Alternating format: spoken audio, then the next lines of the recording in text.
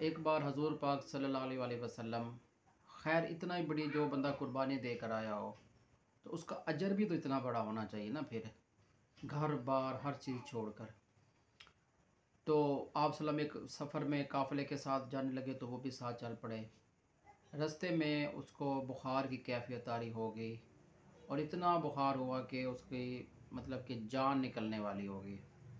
جب وہ آخری لمحات پہ تھے تو آپ صلی اللہ علیہ وسلم کو پتہ لگا، آپ صلی اللہ علیہ وسلم نے اس کو اس کا چہرہ اپنی گود مبارک پہ رکھا اور انہیں آپ صلی اللہ علیہ وسلم کی طرف دیکھا۔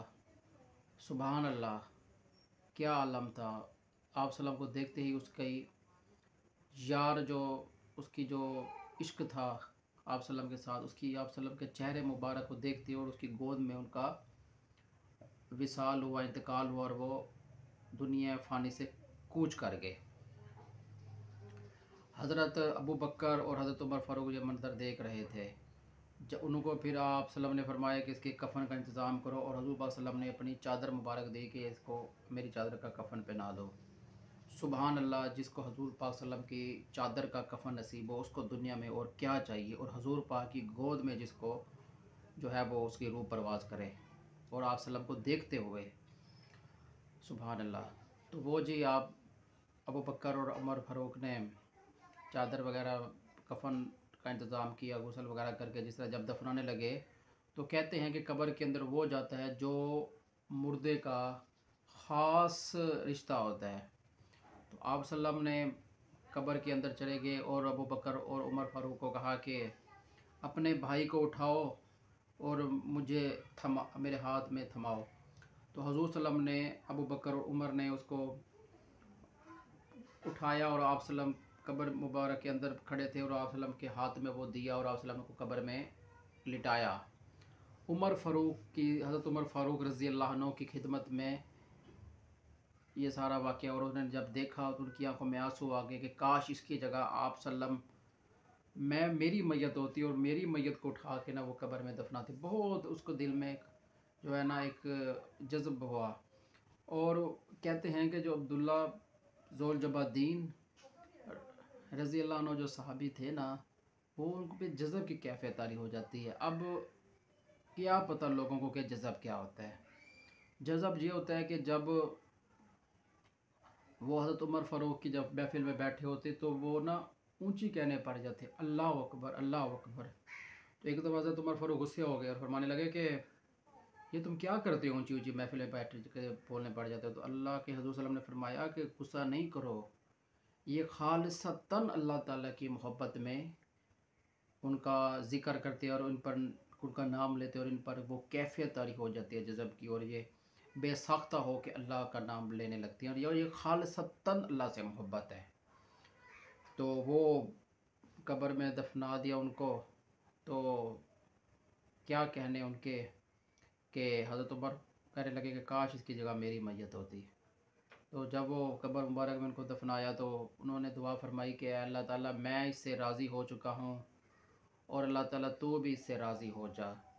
میں نے جو تھا عبداللہ کو پسند کر لیا ہے، میں نے اس کو قبول کر لیا ہے۔ اللہ تعالیٰ میں تجھ سے دعا کرتا ہوں کہ تو بھی عبداللہ کو جو ہے قبول کر لے اور اس کی نیکی قبول کر لے، اور اس کو جو ہے وہ مغفرت والا معاملہ عطا فرما دے۔ اور خصوصی اب صلی اللہ علیہ وسلم نے اس کے حق میں دعا کی اور اس کو اپنے ہاتھوں سے قبر میں لٹایا اور اس پہ اپنا کپڑا کفن کی جگہ پہ نایا اور گود مبارک میں اس کو روح جو ہے پرواز کی۔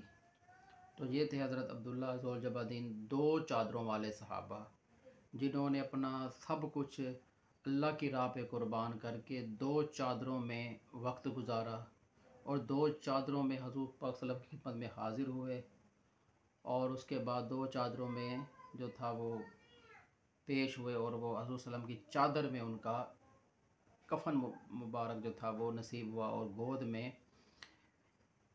وصال کیا اور انتقال کیا۔ اس لیے اس کو دو چادروں والا صحابہ کہا جاتا ہے، حضرت عبداللہ کو رضی اللہ عنہ کو۔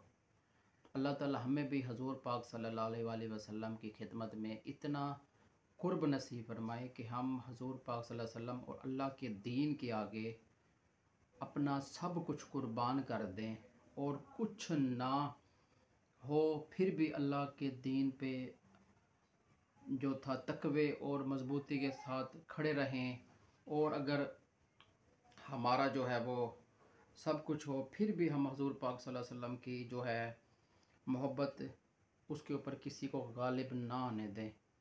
بتانے کو تو بڑے واقعات ہیں، مگر انشاءاللہ تعالیٰ نیکسٹ ویڈیو میں بتائیں گے۔ اگر آپ کو میری ویڈیو یار پسند آئی ہو تو میں کوشش کرتا ہوں کہ آپ تک جتنا ہو سکے یہ میرے پیغامات پہنچے۔ اگر کوئی کمی کوتاہی میری ویڈیو میں ہو تو میں اس کے لیے معذرت کرتا ہوں۔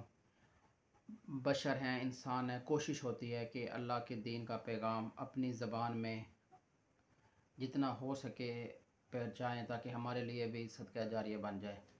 اگر آپ کو میری ویڈیو پسند آئی ہو تو ویڈیو کو لائک کرنا، چینل کو ضرور سبسکرائب کر دینا، اپنے گھر والوں کا، اپنے پیاروں کا خیال رکھنا، اور رشتے جو ہیں وہ جوڑنے کی کوشش کرنی ہے، جھک کے عاجزی سے رشتوں کو توڑنے کی کوشش نہیں کرنی۔ جتنا ہو سکے ہم اپنے مسلمان بھائیوں کا خیال رکھیں، کیونکہ یہ عارضی دنیا ہے، عارضی لڑائیاں ہیں، عارضی مال و دولت ہے، عارضی غصہ ہے، عارضی آکڑ ہے، عارضی سب کچھ ہے۔ ہمیشہ رہنے والا کچھ نہیں، ہمیشہ رہنے والی صرف اللہ پاک کی ذات ہے۔ تو ملتے ہیں نیکسٹ ویڈیو میں۔ اللہ حافظ۔